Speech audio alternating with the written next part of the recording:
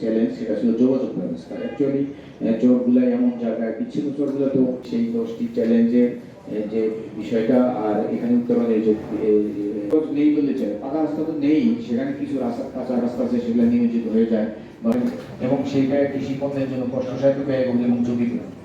এখানে উত্তরণ বন্যামুক্ত উঁচু রাস্তা করা, তারপরে প্রাথমিক যে রাস্তার অবস্থানের জন্য এখানে সার্বক্ষণিক একটা নৌকার ব্যবস্থা আপাতত করা দরকার আছে। আর একটা হলো সুন্দরাংশ অনুযায়ী আমাদের ফসল নির্বাচন করে চাষাবাদ করা আহ্বান যেতে পারে। বর্ষা মৌসুমে নিয়োজিত ভূমি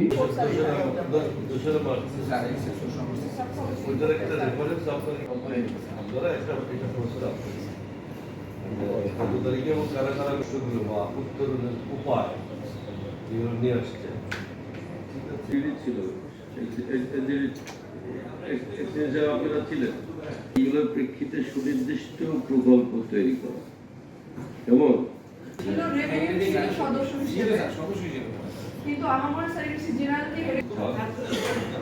আপনারা আপনাদের মতো করে বলেন এখানে এগ্রিকালচার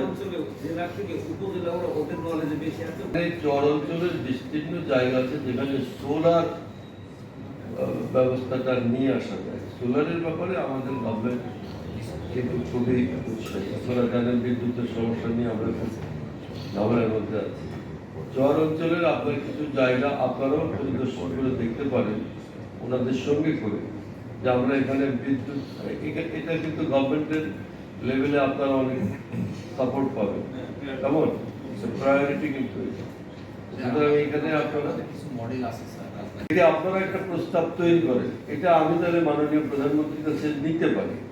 আমাদের ক্যাবিনেটের সিদ্ধান্ত হয়েছে যে এখন মানে ব্যাপকভাবে আমরা এখানে সোলারের দিকে যেতে হবে, কেমন, এবং এটা করার জন্য কিন্তু আপনি এই উপরে জায়গা পাবেন না, আমাদের ওই দিকে যেতে, তাই না?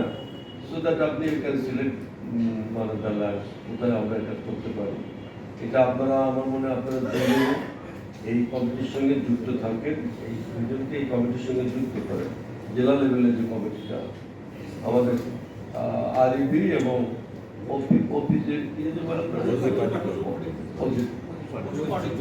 আরেকটা বিষয় আমার মনে হয় কমিটি